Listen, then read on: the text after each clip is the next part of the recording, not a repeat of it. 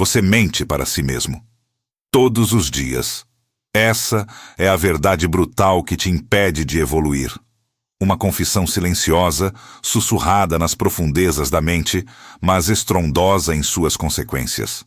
A vida, para muitos, tornou-se uma dança tediosa entre o desejo ardente de progredir e a inércia paralisante de uma rotina autoimposta.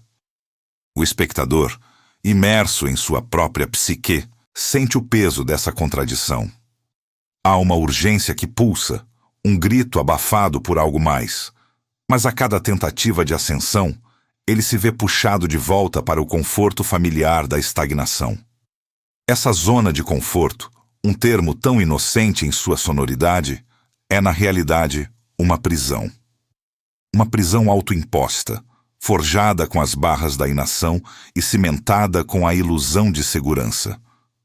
O espectador, como tantos outros, se encontra enraizado neste local, justificando sua paralisia com uma teia complexa de desculpas externas.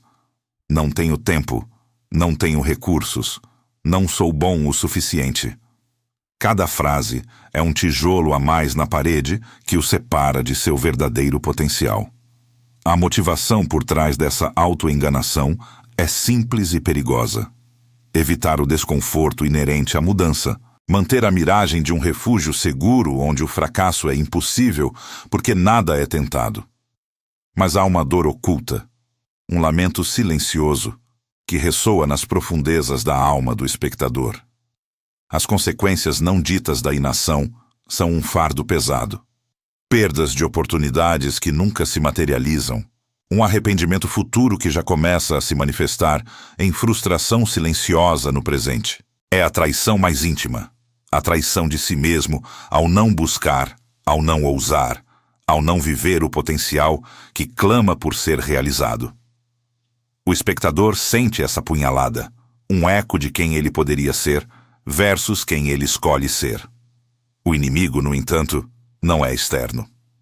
É invisível, alojado nos recônditos da mente.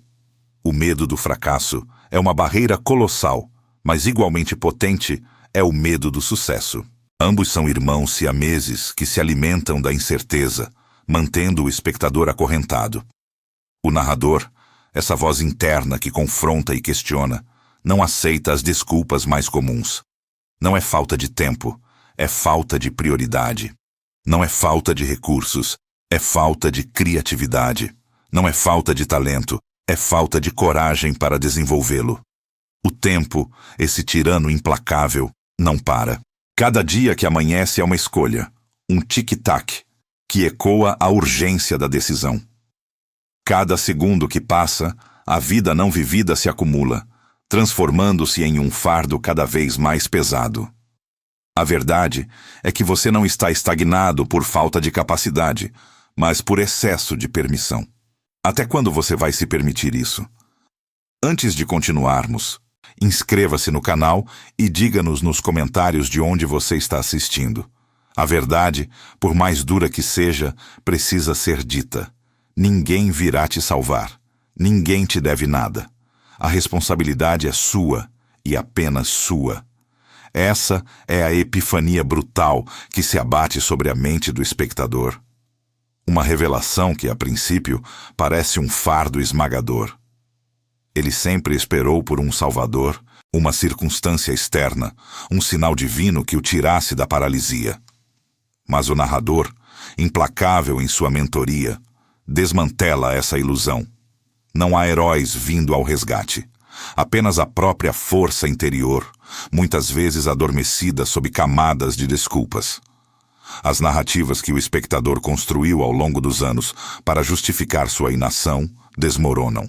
A vitimização, a culpa externa, a projeção de falhas, todas as muletas psicológicas que ele usou para evitar a autoanálise profunda são arrancadas.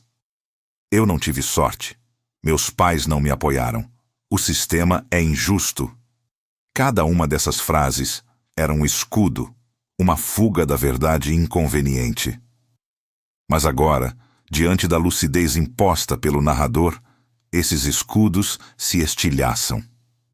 Há uma espécie de vingança simbólica em curso Uma revolta contra as antigas crenças limitantes que o mantiveram refém. Ele percebe que, ao culpar o mundo, ele se entregava à sua mercê, abdicando de seu poder de escolha e transformação. O ponto de virada, sutil, mas profundo, começa a se manifestar. A aceitação da total responsabilidade, antes vista como um fardo insuportável, revela-se uma libertação. Não é um peso a mais, mas a chave que destranca as correntes. Do ressentimento amargo de quem se sente injustiçado, o espectador começa a transitar para a aceitação da própria agência. Da passividade de quem espera, ele avança para a proatividade de quem age. Há uma quietude momentânea em sua psique, um silêncio que precede a tempestade da mudança. Ele entende que a verdadeira liberdade não reside na ausência de responsabilidades, mas na capacidade de assumi-las plenamente. Essa aceitação demanda uma escolha dolorosa, a necessidade de abandonar velhas identidades e crenças para abrir espaço para o novo. O eu antigo, aquele que se definia pela inação e pelas desculpas, precisa morrer para que o eu que deseja evoluir possa nascer. É um processo de luto, de despedida de uma versão confortável, ainda que estagnada, de si mesmo. A superação do eu antigo não é um ato único, mas uma série contínua de pequenas escolhas corajosas. Cada vez que ele decide agir em vez de procrastinar, cada vez que ele assume um erro em vez de culpar, ele está construindo a nova identidade. O narrador, com sua voz firme, lança um gatilho de confronto que ressoa na mente do espectador. Você prefere ter razão ou ter resultados? A escolha define seu futuro. Essa pergunta é um golpe direto, pois o espectador percebe que, por muito tempo, ele preferiu ter razão. Ter razão sobre suas desculpas, ter razão sobre as injustiças do mundo, ter razão sobre sua falta de sorte. Mas essa razão não o levou a lugar nenhum, apenas a um ciclo vicioso de frustração e estagnação. Os resultados, por outro lado, exigem ação, risco e a coragem de estar errado. E então, a revelação final para esta etapa da jornada. A maior mentira que você conta a si mesmo não é que não pode, mas que não quer. E isso muda tudo. Não é uma questão de capacidade, de talento inato, de recursos externos. É uma questão de vontade. A inação não é um acidente. É uma escolha. E ao reconhecer essa escolha, o espectador se vê diante da verdade mais inconveniente de todas. A evolução estava sempre ao seu alcance, bastava querer. Chega de desculpas, chega de hesitação.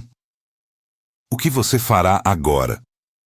A voz do narrador ressoa, não como uma pergunta, mas como um ultimato que ecoa nas profundezas da mente do espectador. A verdade inconveniente da responsabilidade total o desnudou de suas falsas proteções. E agora ele se vê diante do abismo da decisão. Não há mais para onde correr, nem para onde se esconder. O momento da ação é este, o agora. A estagnação, antes um refúgio, transformou-se em um fardo insuportável, um peso que ameaça esmagá-lo.